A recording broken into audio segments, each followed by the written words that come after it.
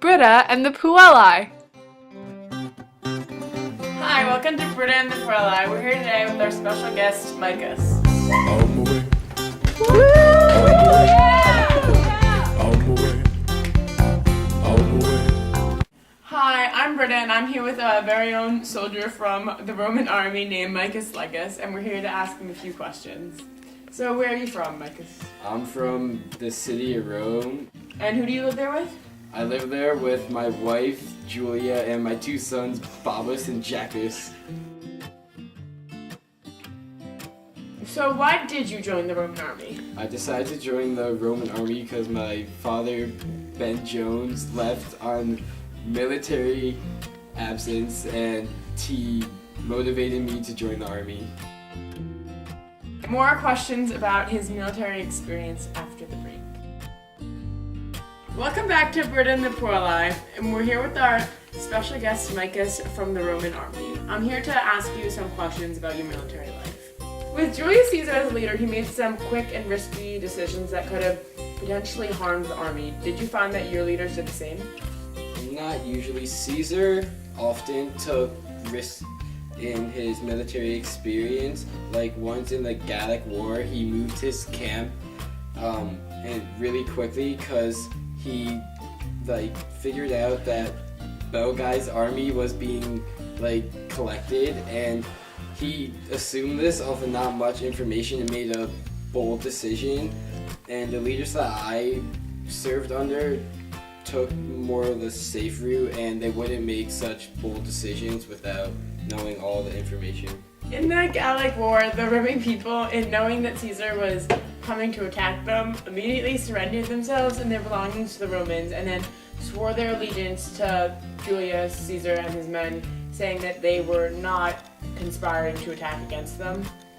And did the other leaders of the Roman army have such an influence and authority over other tribes that the other tribes would do anything not to get attacked by them and to avoid that? Yeah, the Romans were really the military leaders of the world, and they defeated everyone and everything, and Caesar contributed to this greatly, but the Romans were already a big name, and they were a top name, and they were really idolized by other countries even before Caesar. So in Caesar's army, it was very common for him to pack up his troops and move immediately, very quickly, after he made some sort of decision in a very short amount of time. Was this common to happen in the armies that you were in, or was it just common under the command of Caesar to be so spontaneous? Yeah, it was pretty common serving in the army. The leaders made really fast decisions because they didn't have much time, and they did what they thought was best for the whole Roman Empire, and it wasn't always successful, but it did happen often. Caesar preferred to attack the enemy in smaller parts and break it up using a divide and conquer tactic. He used this specifically in the Gallic War while joining with the Remi and attacking the Bellovaci. He divided with the Remi, he divided them into groups and then each attacked them separately rather than facing them all as a whole. Was this a regularly used military strategy used by all the Romans, or was it just specific by Caesar? It wasn't only specific to him, but it was used sometimes, but it was also among other strategies used within the legions. Each legion had their own structure and plan of what they were going to do, and all this depended on where they were and who was in it and what they could do. So it wasn't uncommon, but there are other tactics as well. And I know that several times in the Gallic War, Caesar would overestimate his men, lead them into battle. He led them into battle against the Bellovaci, even though he knew that they had the disadvantage in numbers, skill, and the placement of their camp. The Bellovaci had a very specific placement that gave them the advantage. So during this battle, Caesar was then forced to retreat because of his overestimation. Was this a reoccurring event in all Roman battle, or did just Caesar do this? It happened among other leaders as well, because the leaders believed the armies had more power than they actually did and that they could do more than they actually could.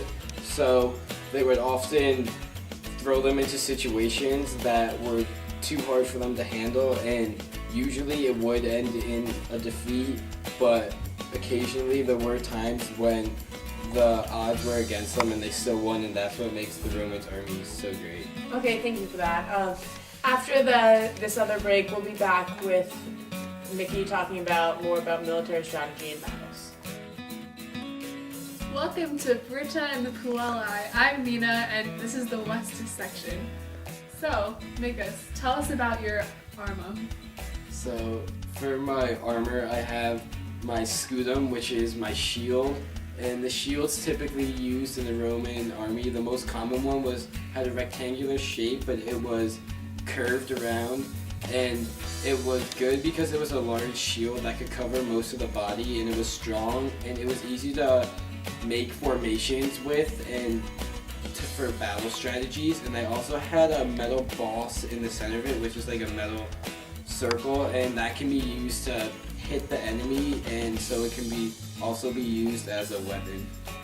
So, what do you have in your chest? So the armor I have to protect my chest is the Lorica Segmentata, and it's made up of separate individual strips of metal sewn together in the back by leather straps. And this was an efficient type of armor because it was strong, because it was made of the sheets of metal, but it was mobile because they were separate pieces, so it was easier to move in while being protective. Can you talk about some of the other weapons that you use that aren't with you right now? Some weapons commonly used by Roman soldiers would be a typical gladius, which is a short sword used by most Roman foot soldiers. This sword was good because it was very quick and it was effective, and it got the job done pretty well, and it was easy to use in close combat, and it was pretty durable. In addition to having the gladius, which is a short sword, some of the cavalry would have a longer sword that would be more effective for them to use from on top of the horse. Another weapon that was commonly used was a pilum, which was a javelin or a spear, and they were used by many soldiers, and you could like stab your enemy with them, or you could like throw a javelin as well, and they're both effective weapons to use. So Mickey, get up and spin around for us. Look at that. Hi, I'm Carly. Welcome back to Britta and the Puelai. I'm here in the Proelium section, and so we have recreated the Battle of Pharsalus, which took place in 48 BC. Mikas, can you tell us a little bit about your experience? The Battle of Pharsalus was a decisive battle in the civil war between Caesar and Pompey, in which Caesar was greatly outnumbered by Pompey. Pompey had 45,000 foot soldiers and 7,000 cavalry, while Caesar only had 22,000 foot soldiers and 6,000 cavalry. So can you tell us about where you were situated in the battle and the formation in which the leaders made? I was in Caesar's 10th Legion, which was just to his right, as well as like his cavalry was also on his right side, and on his left-hand side was the 9th Legion and the 8th Legion.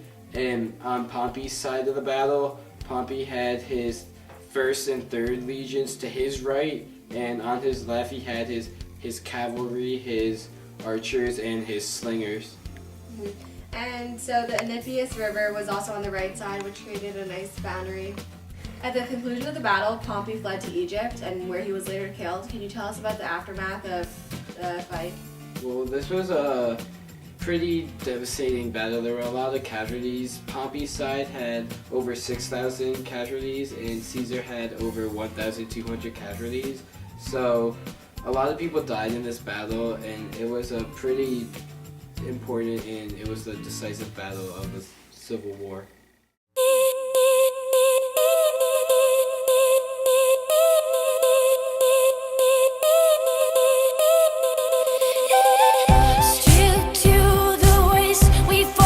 And I'm here today with a soldier from the Roman army named Micus Legus. I can't do And we're here. I can't do this. I'm so uncomfortable. You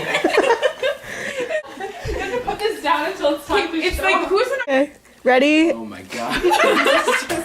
Rafe and I have 2 sons. What are their names? Their names are. Wait, I'm not actually gonna say Yeah, Bobby and Jack. Baba and Jack. And then you say, okay, and we're gonna Seriously, insert a Bobby. picture I'm of actually Bobby. saying that. To join the Roman army because it was required for all male Roman citizens between the age of 30. No, of. Did you just make that up? Yes. No. Okay, then after Jonas left, I decided to be a man and So, join the like, army. left on, like, military. Crying. I Yeah, really have am no crying. idea. Welcome back to Britta and the Britta and the Puelli. Yeah. I just need to okay.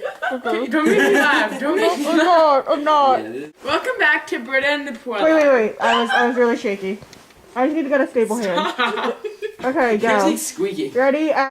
Did you find that your leaders did the same, or? Wait, no, I'm sorry. Did your okay? As Used as a weapon. And then, Is Allie singing? yeah. This is my Can skirt. I say what's on your neck? I don't know what this is. What is This is my neck warmer because it got chilly. This is my scarf because, like, I like to 'Cause he stay likes nice and scarves. toasty. say My promise is, I don't know, it's a P. Isn't Pila? Doesn't Pila mean ball? no, because I remember I was translating something. I know it's it's- like the men picked up their balls and threw them. I was like, Yeah, not really. Model for us. Really. That's like, Ready? you have to like go all out. I'm Okay. not. Ready and Stand up. Look at your skirt. Oh no, it showed the cardboard. Okay. Okay. I think we can stop it, and then basically we're done. Yes.